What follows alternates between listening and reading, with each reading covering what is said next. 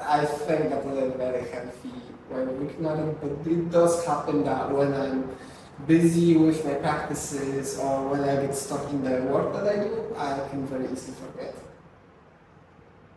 Yeah, okay, but you already trained your body, or I mean, it's not a training, I know, but so your body doesn't. I've had already a period of time when I didn't even drink before, and that was almost half a year. And I was fully preferring at the time, and I was just doing energy practices to upkeep and maintain the body. During the time, I didn't lose any weight, but this is nothing in comparison to what my friends did. The people that I know, there was a group of about 15 of us in Holland, and we all did the same. We all stopped eating and drinking. One guy didn't eat and drink for 5 years. Another guy didn't eat and drink for 3 years. So in comparison, my story is nothing.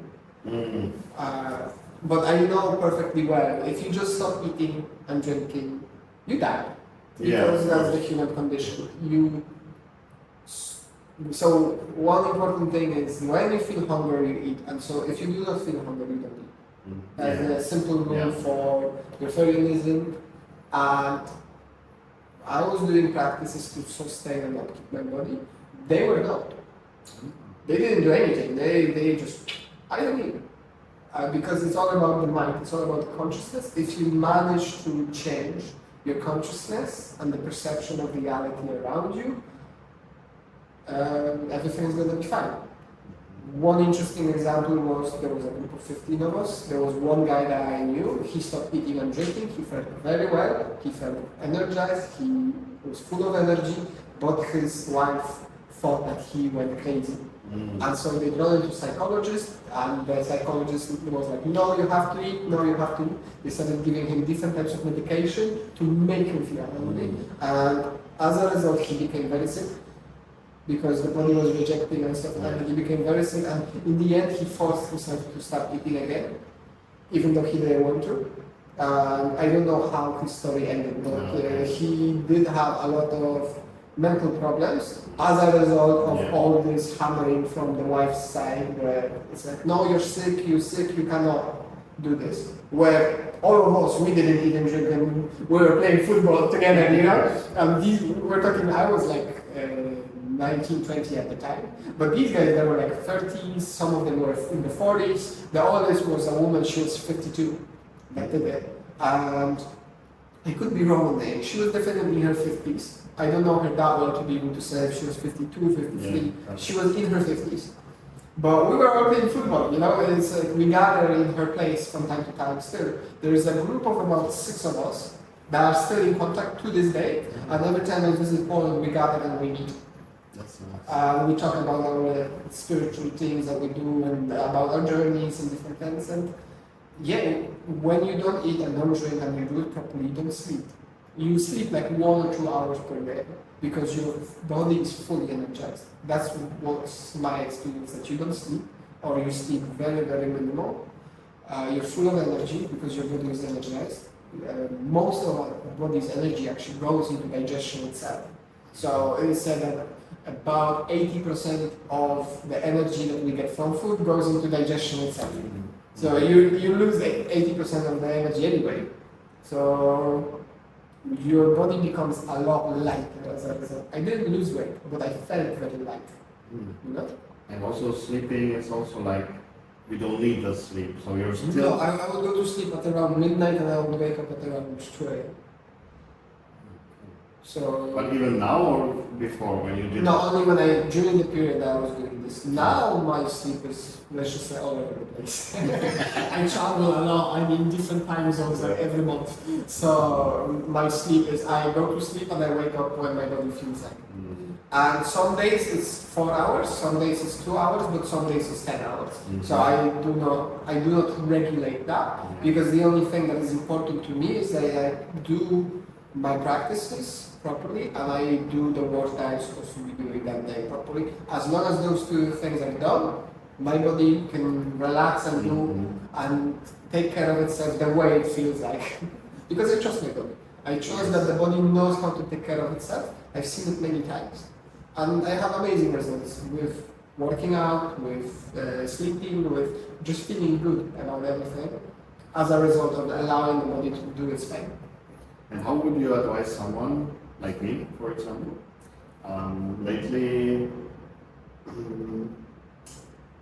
Lately, for me, I feel this 80% of energy going to bed just more than before. I don't know why, and it's hard for me to deal with it. In what way? Yeah, so it was like, I don't know, 6 months ago when it started, and I ate maybe twice a day or 3 times, it depends. Then I started to eat just once a day, because otherwise I was like, after I ate, I couldn't focus, and I felt really bad, and I couldn't even sleep good. I couldn't sleep really, really well. So now I eat just once a day, and even then, it's a problem. And my sleep's improved, but not that much.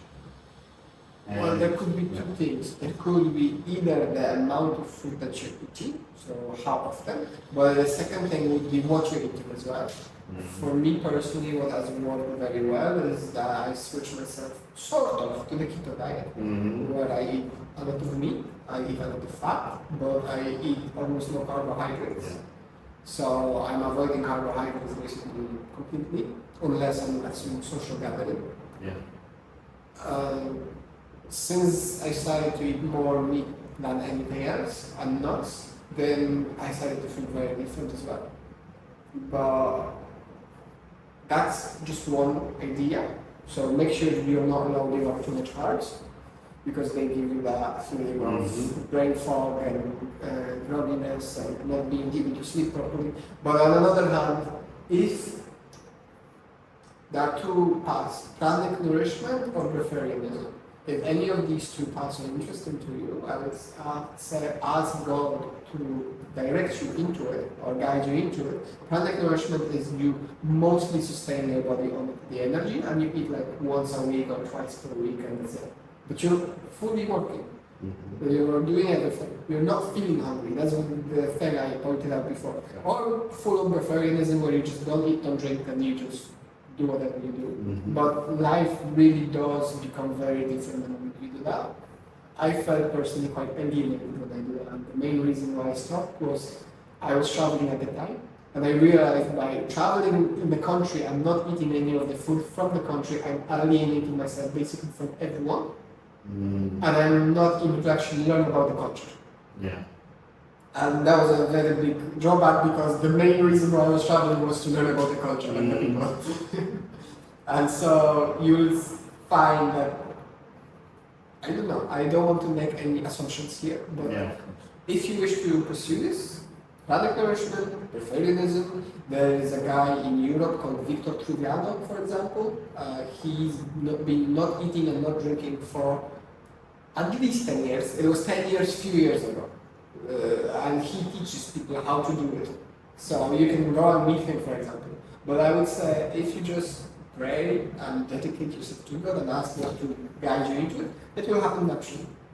You don't need to do anything specific, because that's the way it happened to me. For me, I just went to a course, and in the course, the lady said, okay, now you're just not gonna eat and drink for a few days, you're just gonna drink 2 liters of water, 1 liter of water, half a liter of water, nothing.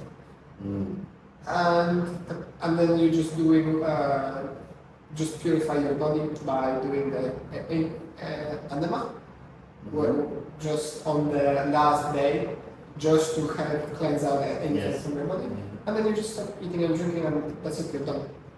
And I did that, and it worked for me, And just never went back. Like, of course, I went back after a few months, but never went back straight after the course. Because some people went back and they started eating, and as a result, for them, it was just like, it was interesting, but that's it. But most of us did it. And most of us that did just keep going and didn't choose to eat, these are the guys who stayed for a year, 2, 3, 5.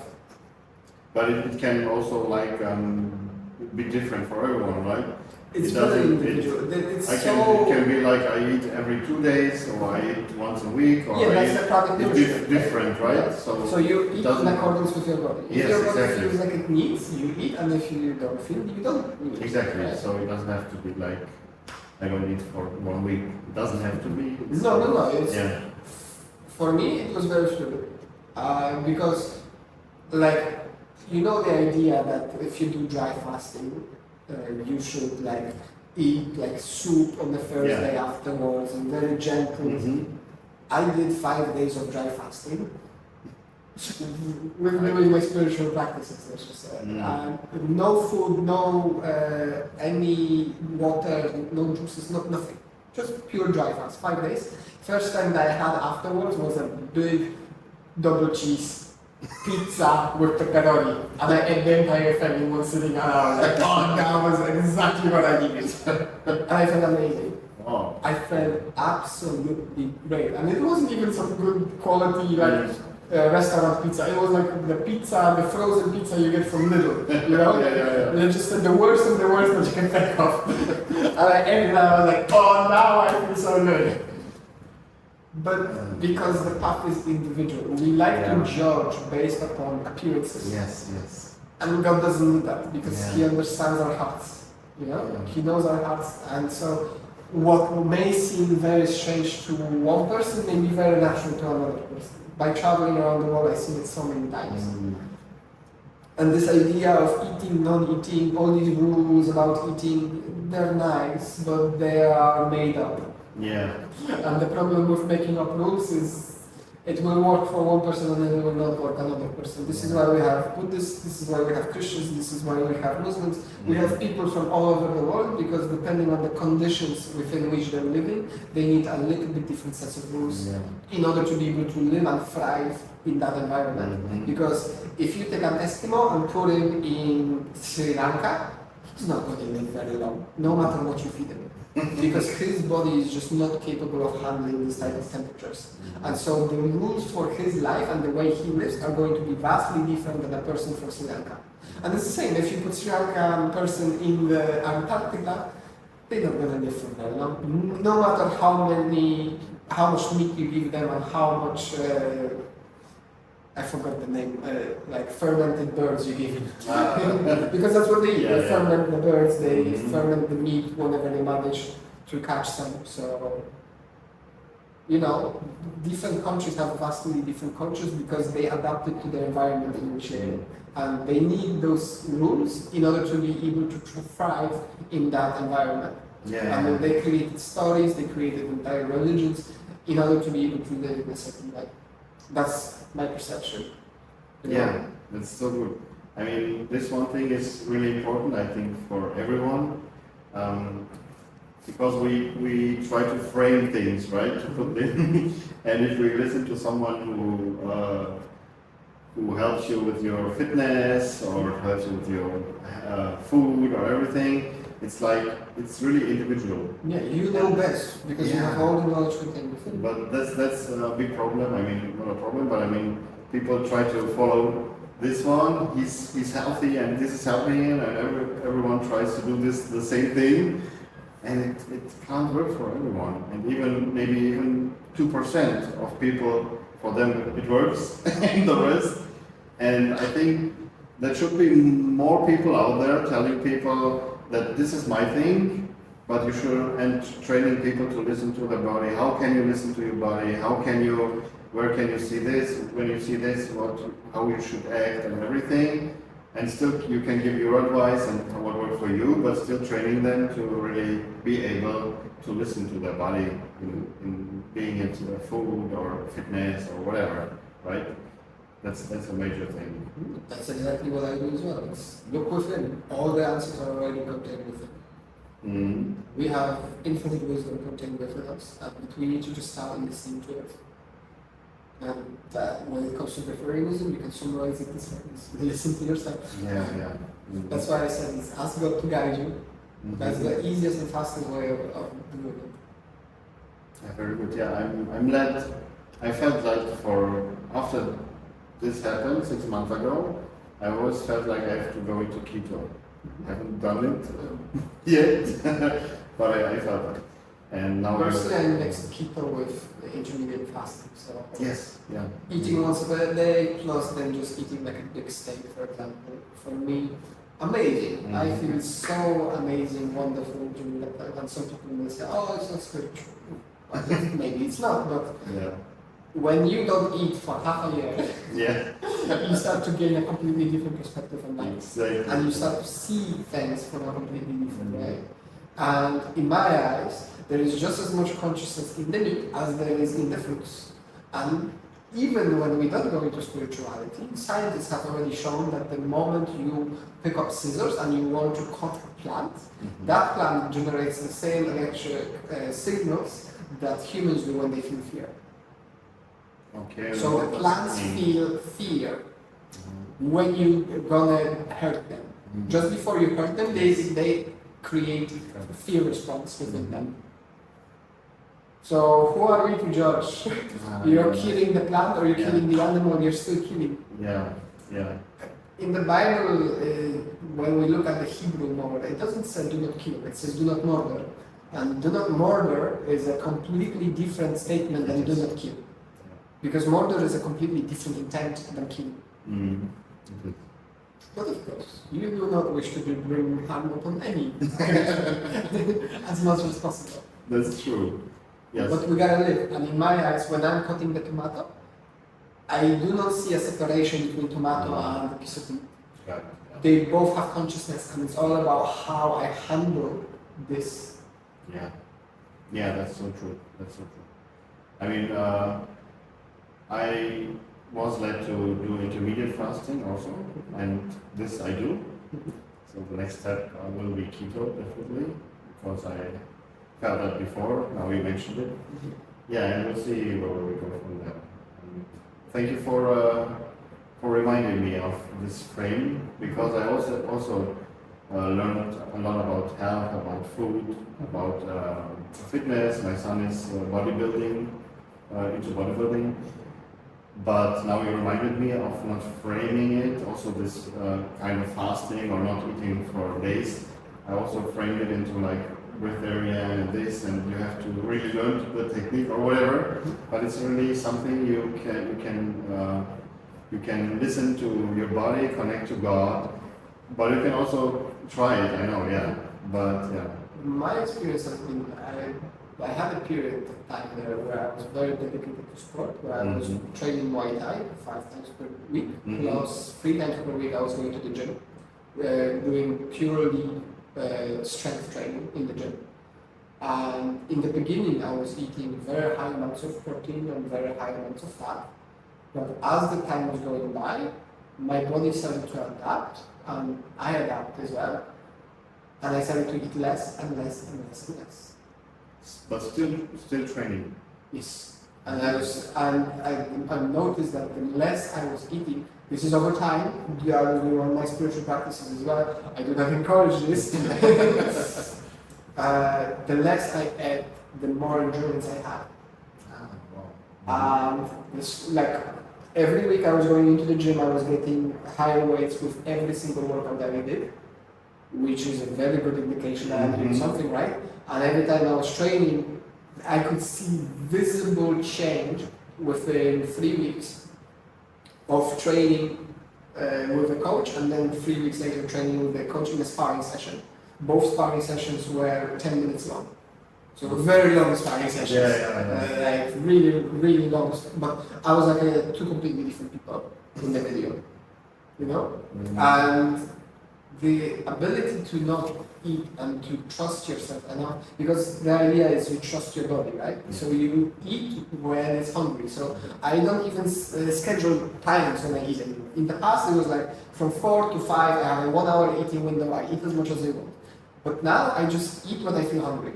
So I could eat at 3 a.m. or I could eat at 6 a.m. or I could eat at 8 p.m. or 4 o'clock, you know? So I've let go of these rigid rules, but you can only let go of the rigid rules when you live the rigid rules, if that makes sense. So the way I see it is going back to the spiritual journey that we walk. the first three chakras, and then we have top three chakras, and then we have a chakra in the middle. So the first three chakras, you learn self-discipline and the right action and the right conduct, and you create a schedule for yourself where you do for X amount of time this and this and this and this, and you learn all of this just so you can let go of it.